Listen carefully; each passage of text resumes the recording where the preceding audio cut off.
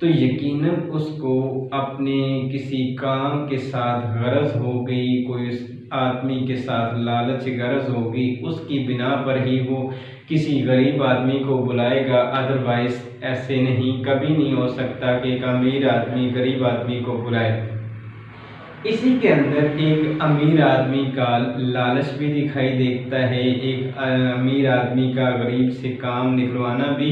اس کے اندر شامل ہے، کیونکہ قمر صاحب ایک لکھاری ہیں، اور لکھاری لکھنے والا جب ادیب یا شاعر ہوتا ہے وہی اپنے لفظوں کو سمونا یا لفظوں کو ترتیب دینا جانتا ہے، اس کے علاوہ اور کوئی معاشرے کا فرد نہیں جانتا۔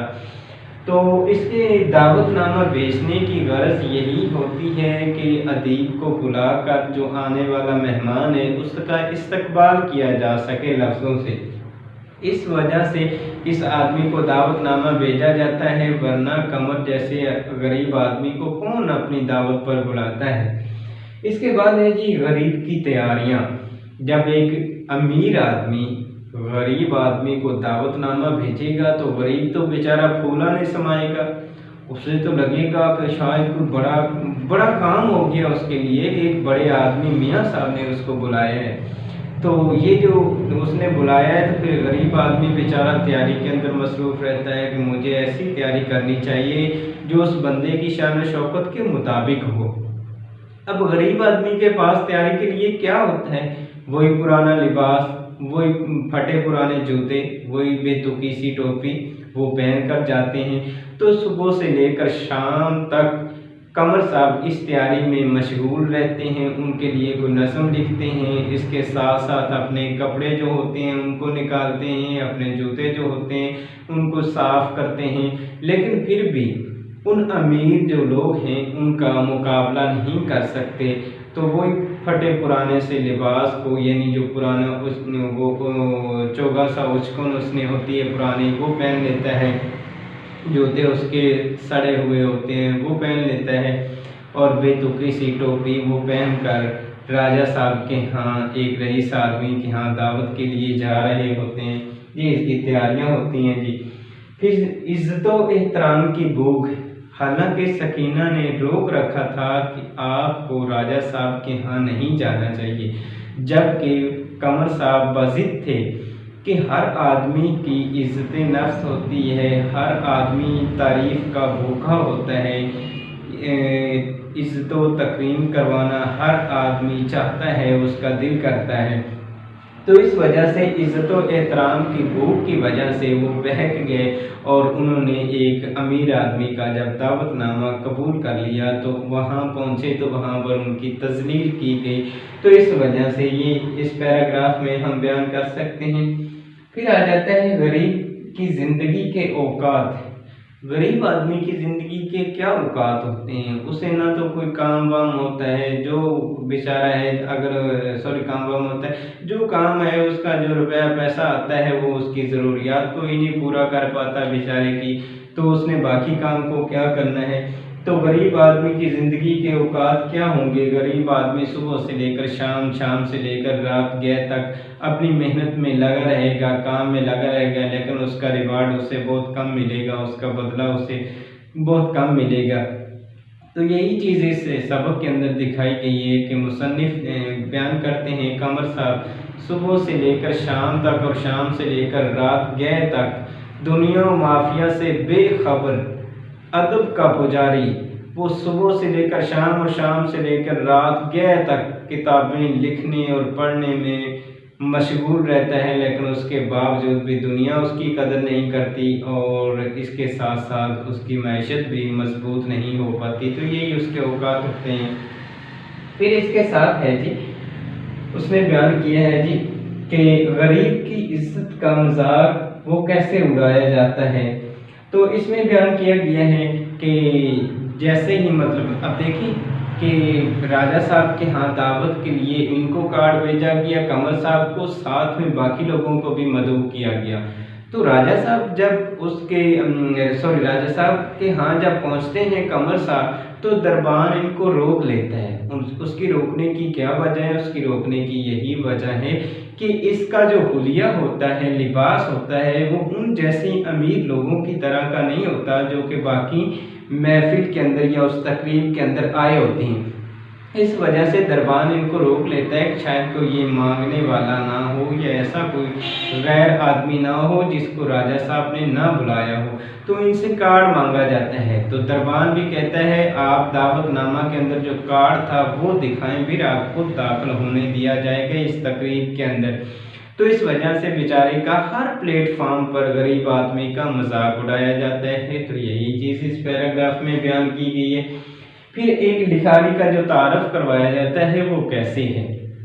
اب جب ایک امیر آدمی ہوگا، کوئی تاجر ہوگا، کوئی بڑا آدمی ہوگا، اس کا تعارف بڑے ایک انوکھے انداز میں کروایا جاتا ہے۔ یہ فلاں اتنی فیکٹریوں کا مالک ہے، یہ فلاں اتنی زمینوں جائیدادوں کا مالک ہے، تو اس طرح فلاں فلاں کر کے اس کا تعارف کروایا جاتا ہے۔ جبکہ ایک ادیب یا لکھاری کا تعارف کرواتے ہوئے راجہ صاحب نے کیا کہا جی، یہ قمر صاحب ہیں اور یہ ایک شاعر ہیں، تو ہر بندہ ان کو بڑی حیرانگی کی نگاہ سے دیکھتا، اچھا تو آپ ادیب ہیں،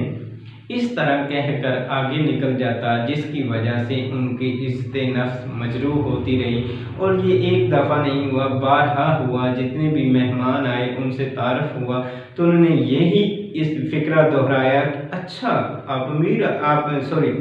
آپ شاعر ہیں۔ اس طنزیہ انداز میں ان کو ہرٹ کیا جاتا ہے اس پوری تقریب کے اندر۔ پھر اس کے بعد ہے جی بدیسی شعراء کی قدر۔ ہم عموماً کیا کرتے ہیں، جب اس پیراگراف میں ذکر آئے گا دوسرے کسی بھی ملک یا دوسرے کسی بھی علاقے یا قوم کا جو شاعر ہوتا ہے یا کوئی بھی آدمی ہوتا ہے، ہم اس کو بڑی عزت و تکریم کی نگاہ سے دیکھتے ہیں، جبکہ اپنوں کی ہم قدر نہیں کرتے۔ جیسے پنجابی میں ہے نا کہ اپنے پیر نو کوئی نہیں مانتا، تو اسی طرح دیکھیں کہ مطلب اس میں یہ دیکھیں کیا اس نے ناقدری کی جا رہی ہے کہ جو بھی آدمی ہے وہ قمر صاحب سے کہہ رہا ہے کہ آپ نے بائرن، شیلے، ٹینیسن کا مطالعہ کیا ہے، آپ نے اس کو پڑھا ہے، تو ان کے بڑے نام ہو رہے ہیں جی۔ انگریزی لباس والے جو پہنے ہوئے لباس لوگ ہیں وہ ہمیشہ یہی سوال کرتے ہیں قمر صاحب سے کہ کیا آپ نے بائرن، شیلے، ٹینیسن کو پڑھا ہے؟ تو وہ آگے سے جواب دیتے ہیں کہ ہمارے ہاں ابھی شاعروں کی اتنی کمی نہیں ہوئی ہے یا اتنا فقدان نہیں ہے کہ ہم دوسرے بدیسی شعراء کو پڑھیں، ہمارے یہاں پڑھنے کے لیے بہت کچھ ہے، اگر آپ کے پاس ٹائم ہو تو۔ جب ان کو جواب دیا جاتا ہے تو راجہ صاحب بھی ناراض ہوتے ہیں کہ آپ نے میرے مہمانوں کی شان میں گستاخی کر دیا، آپ نے میرے مہمانوں کو جواب دے دیے، اس وجہ سے کہ یہ غریب آدمی ہوتا ہے۔ اگر یہ امیر ہوتا تو یقیناً کوئی بندہ بھی اس کو ایسی نہ تو سوال کرتا اور نہ ہی اس کے رد عمل پر وہ جو راجہ صاحب تھے وہ ان سے ناراض ہوتے۔ اچھا، اس کے بعد ہر بندہ ان کو حقارت کی نگاہ سے دیکھتا ہے، ہم آلریڈی ڈسکس کر چکے ہیں۔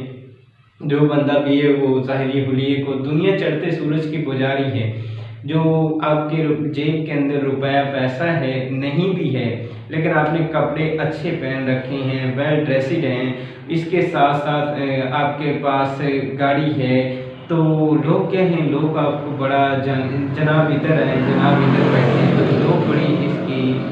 آدمی کی تعریف کریں گے، جبکہ ایک غریب آدمی جس کا لباس اچھا نہیں ہے اس کو لوگ کبھی بھی عزت کی نگاہ سے نہیں دیکھیں گے۔ تو جب یہ جلدی واپس آتے ہیں گھر میں تو گھر میں بیوی پوچھتی ہے کہ قمر صاحب آپ جلدی واپس آ گئے، خیریت تھی؟ تو قمر صاحب انہیں جواب دیتے ہیں کہ میں ایک چراغ ہوں اور میرا مقصد جلنا ہے، مجھے اس سے کوئی غرض نہیں کہ اس کی روشنی سے کون مستفید ہو رہا ہے یا نہیں ہو رہا،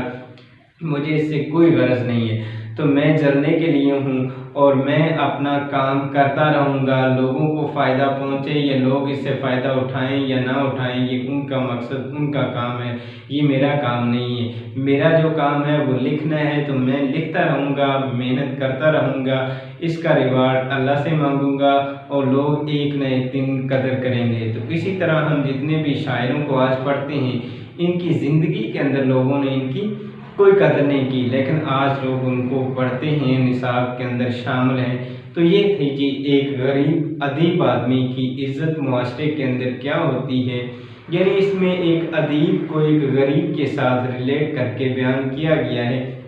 کہ غریب کا ہر پلیٹ فارم پر، ہر جگہ پر کیسے مذاق اڑایا جاتا ہے اور کیسے اس کی ناقدری کی جاتی ہے۔ تو یہ تھا جی ہمارا تشریح پیراگراف کے حوالے سے لیکچر۔ امید ہے آپ لوگوں کو یہ پسند آیا۔